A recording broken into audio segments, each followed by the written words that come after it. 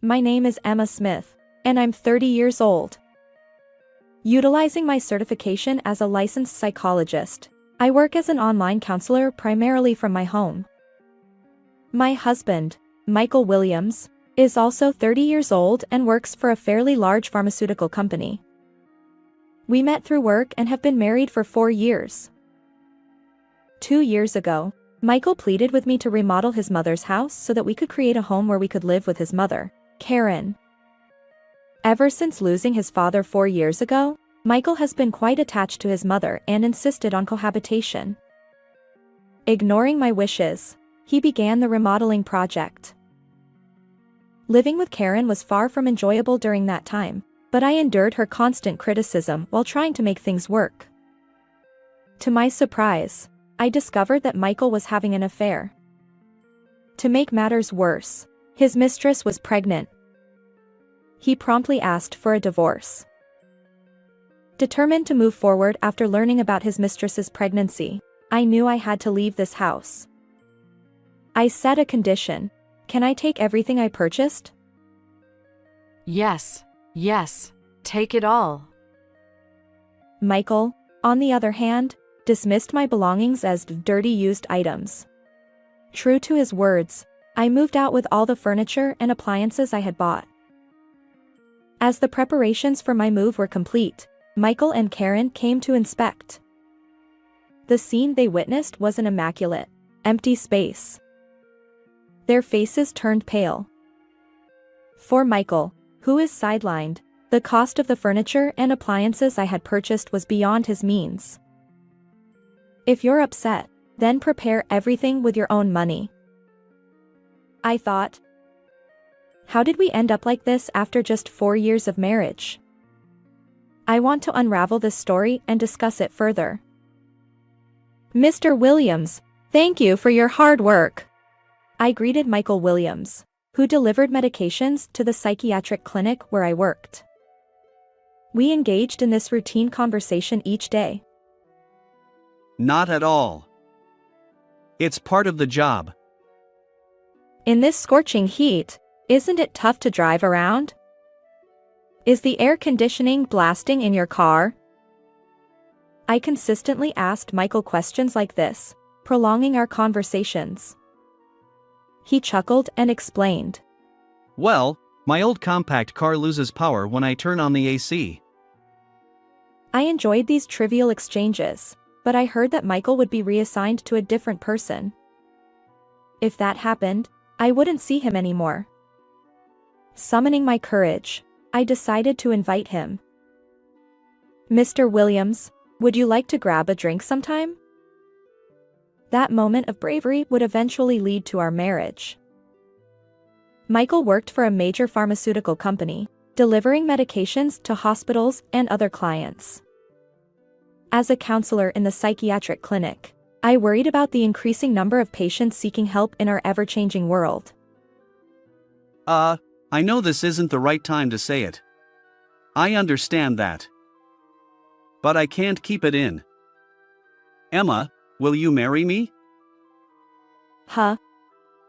Are you okay? That's not the kind of line you should be saying right after your father's passing. It's not like I'm expecting a romantic proposal, but now. Michael was deeply shocked by his father's death. Understandably so. His father, a carpenter, had tragically slipped and fallen on a job site. It was sudden. I regret that my dad won't get to see his grandchild. He loved children so much. And I don't want to leave any regrets for my mom. Emma, let's get married and create our own family. Although the proposal came from a place of vulnerability due to his father's passing, I felt genuinely happy. However, little did I know that I was about to embark on days of enduring the constant criticism from my eternal adversary, my mother-in-law. Oh, hello there. What's with keeping the curtains closed on such a beautiful day? Karen frequently barged into our apartment, which was just a 10-minute walk from her house. I understood her loneliness, but since she dined with us every evening and then returned home, I often struggled with meal planning. And Emma, you mentioned something about working from home, right? But earning a measly $70 doing odd jobs won't cut it. Instead of that, why not prepare more dishes for dinner? Mikey comes home exhausted every day. Karen had a habit of referring to Michael as a Mikey. Perhaps that's why both his relatives and neighbors also used the same nickname for him. Mom, what I do isn't quite the same as traditional piecework. You've probably heard of it, but nowadays, we can conduct meetings and classes online using computers. Haven't you come across terms like Zoom and online? Always belittling me like that. Emma, you're almost 30. You're a respectable lady. Karen never seems to grasp the concept of online counseling, no matter how many times I explain it. She stubbornly refuses to acknowledge anything she's unfamiliar with. She won't even consider learning something new. I choose to work from home because I don't want to neglect household chores. Forget about that. Why don't you hurry up and have a child? After all, that's your role, Emma. Your job is just listening to other people's problems. I could do that too. Stop acting all high and mighty. I'm home. Karen rushed to the entrance to greet Michael. Since her only son, Michael, lived with his parents until he married me, and now with his father gone, Karen must feel lonely. I understand that, but honestly, her frequent visits can be quite bothersome. Today, I made Hamburg steaks that Mikey loves with Emma. Don't worry, I've drilled into Emma the secret sauce recipe for the Williams family's Hamburg steaks.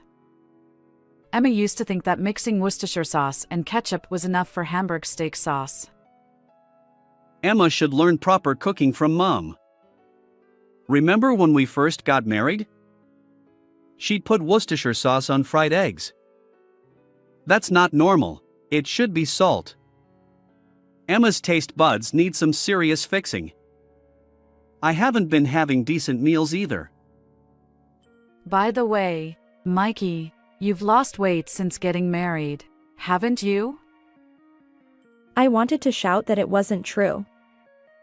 Lately, Michael had been a bit overweight, and during his company's health checkup, he was cautioned about high cholesterol levels. So, I've been mindful of calories and carbohydrates while preparing meals. Thanks to that, Michael had healthily shed some pounds. We'd been living this way for 2 years when one day, Michael dropped a bombshell. I'm thinking of remodeling my mom's house. It's quite old, you know. The plumbing is terrible, and it's sweltering in summer and freezing in winter. Despite not being in the countryside, the layout is inconvenient. So, I thought, why not remodel it and move in ourselves? Huh? Was I hearing correctly? He meant living with his mother, right? Paying rent for a place just 10 minutes from my mom's house seems ridiculous. If we're going to live there, we might as well renovate it for better comfort. Besides, we've talked about wanting our own home in the future. When we have kids, we'll need a nursery. And if we live with Mom, she can help take care of them, right? But where will the money come from? Remodeling the entire house won't be cheap. Is Michael planning to pay off a loan for it? There's a small inheritance left by my dad, so I plan to use that as a down payment. The monthly mortgage should be manageable for me. It'll likely extend until I'm 65. I wondered if this would work out. Since marrying Michael, I've been surprised by his relatively low salary. Back when I worked as a counselor in the psychiatric clinic, I earned significantly more. We'll figure it out somehow. So, that's settled. Well, there's a condition. I want a dedicated workspace for my counseling. Online counseling? You only need a computer for that. Handling personal information requires a focused environment. Even though neither mom nor you fully understand counseling, it's an incredibly sensitive job. People come to me desperately seeking help, hoping to break free from their current situations.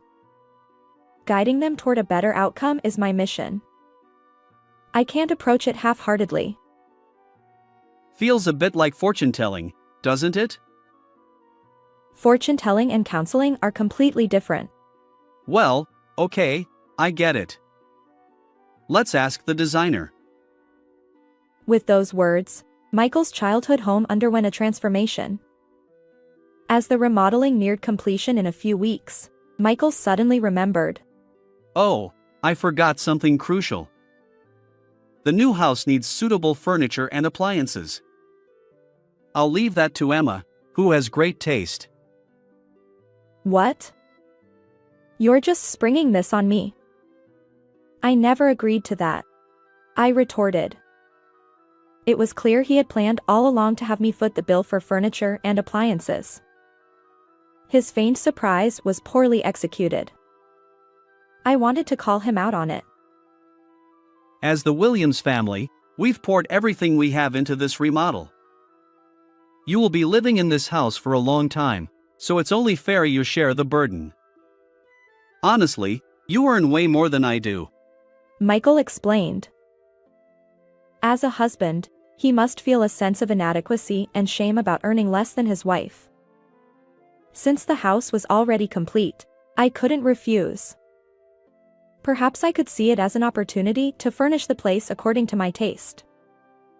And so, the new home was finished. This house feels rather cold. I intentionally kept it unified in black and white.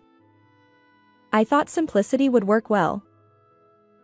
Karen will probably fill it with her own belongings soon anyway. She's terrible at tidying up and can't bear to throw things away. So, there's a chance it could turn into a cluttered mess if we're not careful. Emma and I don't get along at all. I wanted a warmer home with more wood accents. This just doesn't feel cozy.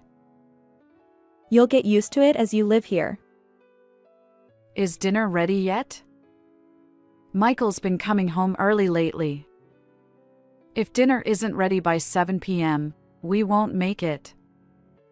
And there you are, casually browsing on your computer. Making a whole separate office for yourself. How entitled. If I could just say that the house would fall apart without my work, maybe I'd feel a bit better. Karen doesn't know that Michael's salary hasn't been coming in. Michael may have been making excuses for his lateness, but I'm certain something is going on. I'm just too afraid to ask. Hey, Emma, why don't you see a doctor? What is she talking about? I mean, it's been 4 years since you got married, and you still don't have children. It's strange. I got a referral to a fertility specialist. My friend's daughter-in-law started fertility treatment and ended up having twins. So, Emma, why not get tested once? Well, then Michael should get tested too. Infertility isn't just a female issue, there's male infertility as well. You know, Emma, you should learn to be less reserved and more humble. Listening to people's problems with that attitude is just a scam. You never know when you might get sued. This kind of exchange happens all the time. Karen should spend her time on hobbies or travel instead. Being home all day probably leads to these arguments. I'm thinking of giving my mom a trip as a gift. One night, Michael, fresh out of the bath, blurted out. Mom's turning 60. She looks young, but she's been experiencing various aches and pains. Has she been to the hospital recently? Oh, she went to the orthopedic clinic because of her back pain. She got some pain patches and dramatically wrapped herself in bandages. Please make a reservation at a restaurant in Chinatown for her 60th birthday celebration. And at that time, I want to give her a travel voucher worth $700. Why should I do it? She's not my mom. Surely she'd be happier if her beloved son prepared it, rather than some unwanted daughter-in-law. You often don't understand your position as a daughter-in-law. Just because you earn a little more than I do, you're not the ruler of this house. It's Mom. Arguing with Michael is always about Karen. If he's this much of a mama's boy, I might as well become a bystander. One day, amidst planning Karen's 60th birthday celebration, Karen returned home in a cheerful mood. She had been out for tea at a neighbor's house, and 6 hours had passed since then. Should I cook dinner tonight? Something good must have happened. She's so straightforward and easy to read. Karen busied herself preparing cheese fondue, waiting for Michael to return. Don't be surprised, Mikey. Samantha has come back. As soon as Michael arrived, Karen was excited at the doorstep. Once we sat at the dining table, Karen abandoned the cheese fondue and started sharing various updates with Michael. Naturally, I took charge of serving. What? Samantha? It's been 5 or 6 years, right? She got married. Wasn't she just 22 back then? And she hasn't come back once? Well, everyone was strongly against Samantha's marriage. She eloped, you see. And then, she returned with her 3-year-old son. He's just adorable. Samantha is a mother? Wow, I can't imagine it. So why did she come back? Did her mom and dad forgive her? Well, she got divorced. That's why she came back to her parents' home, which is quite intimidating. She must have been really desperate. But Samantha is still as cheerful and lively as ever. And she's become quite beautiful. So, she'll be staying at her parents' home for a while? I'd like to meet her too. I told Samantha, if she'd like, come to visit with her son tomorrow. Samantha wants to meet Mikey's wife. Wow, I honestly thought it would be troublesome. I have no memories of that unfamiliar house, and now I have a mission to get along with the neighbors. Samantha was my childhood friend who used to live nearby. He explained briefly. The next day, Samantha really came to visit with her 3-year-old son, Liam. Samantha stared at me and smiled meaningfully. Emma, could you play with Liam a bit? Karen and Samantha were engrossed in chatting, leaving me to deal with the energetic Liam. It was honestly quite challenging. He ran around the house, got bored with the toys he brought, and gleefully doodled on our wallpaper. It still doesn't quite sink in that Samantha is a mother. You used to be such a crybaby. Enough, Mikey. What are you talking about? Samantha and Liam were naturally having dinner at our house. Of course, I was the one who cooked. From my perspective, Mikey getting married was surprising too. You never seemed interested in marriage. So, the fact that you got married means you must have been really smitten with your wife. Well, you know, it's partly for Mom's sake. I wanted to put her at ease. Plus, Dad passed away recently, and both Mom and I were feeling down. I thought having a family with marriage and children would be enjoyable. Despite not having much to talk about with me, 3 of them seemed to have endless conversations late into the night. I became Liam's guardian during this time. From then on, Samantha started visiting our house frequently. The challenge was that she often left Liam in my care. I still had counseling work to attend to. Excuse me. I also have work, so I can't watch Liam constantly. And while I'm working, Please make sure Liam doesn't enter the room. I hear counseling pays well. Charging over $70 per hour per person. Seems like quite a ripoff, doesn't it? Just doing counseling for 5 people a day would make it $350. It's a good business. Guess having a college degree makes a difference. Samantha said it with a hint of sarcasm.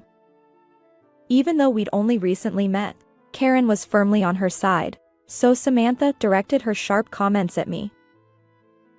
Hey, Mikey, how about going to the aquarium together on your next day off? Liam really wants to go. Sure, Liam is quite attached to me. Gradually, Michael's time was increasingly spent with Samantha and Liam. At first, they used to go out with Liam as a trio, but lately, Michael leaves Liam with me and goes out with Samantha alone. Is it considered infidelity to go on a date with a childhood friend, bypassing his wife? Well, it's fine if you want to go out with Samantha, but could you take Liam along too? I conceded this much. You know I work from home, right? Running around, making noise, and entering rooms without permission, those things can be problematic given my profession. My work revolves around patients. Yuka hindrance. Maybe you should go work outside. You always use your job as an excuse. If it bothers you that much, why not quit? You don't need to work from home. The house isn't a workplace. If having family around is Is it okay? Even if I work outside? You said you wanted me to do at-home work that balances household chores and my job. I've never slacked off on housework, and I manage my work just fine. Ugh, you're so stubborn. Samantha wouldn't nitpick like this. She's busy raising her child, so it's okay for her to help out. Honestly, Emma, you're narrow-minded and cold. By this point, the Williams family had been completely taken over by Samantha. Simultaneously, Michael and Samantha had grown increasingly close. One day, I accidentally overheard a conversation between Michael and Samantha. They were openly engaged in an affair right under our roof. Mikey has always been on my side. A true hero, just like in the old days. Even as adults, Mikey remains my hero. Samantha's voice, sweet and syrupy, was something she never showed in front of me.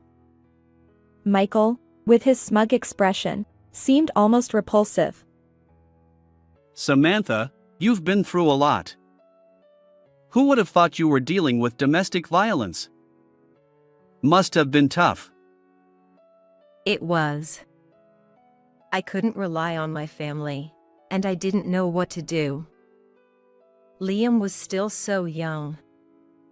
If I were a more independent woman, I might have escaped and found work. But I lacked education and qualifications. I couldn't muster the courage to be a single mother. I wish I'd come back sooner. Then Mikey wouldn't have been married. Men are easily deceived by words like these. Michael, too, seemed oblivious to any wrongdoing, becoming even more empathetic in his counseling role. Mikey was my first love. It was the moment Michael fell in love.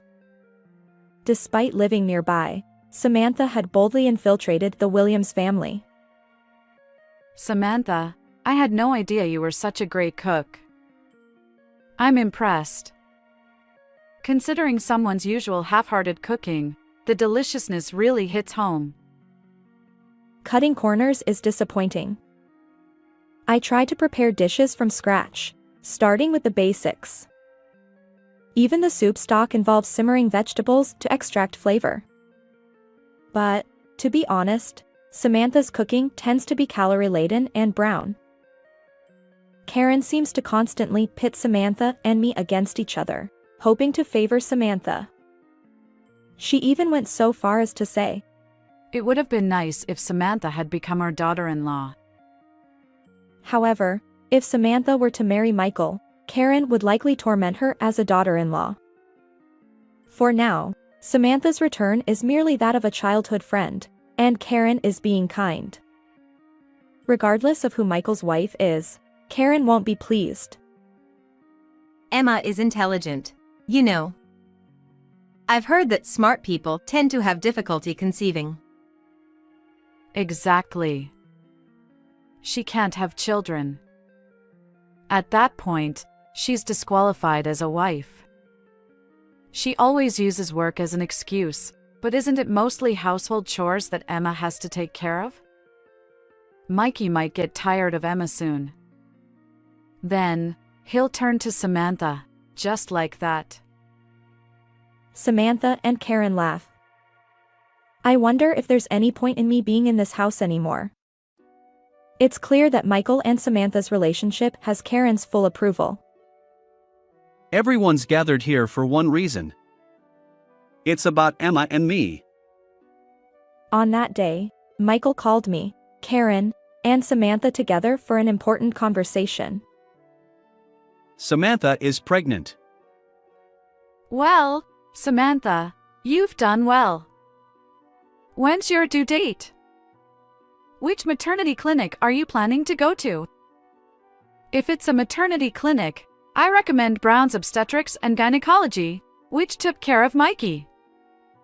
They're great. Karen's excitement is palpable. Emma, I'm sorry. It's because of this. Divorce proceedings can be surprisingly straightforward. With Samantha expecting a child, I have no choice but to consider divorce as my only option. How many months pregnant are you, Samantha?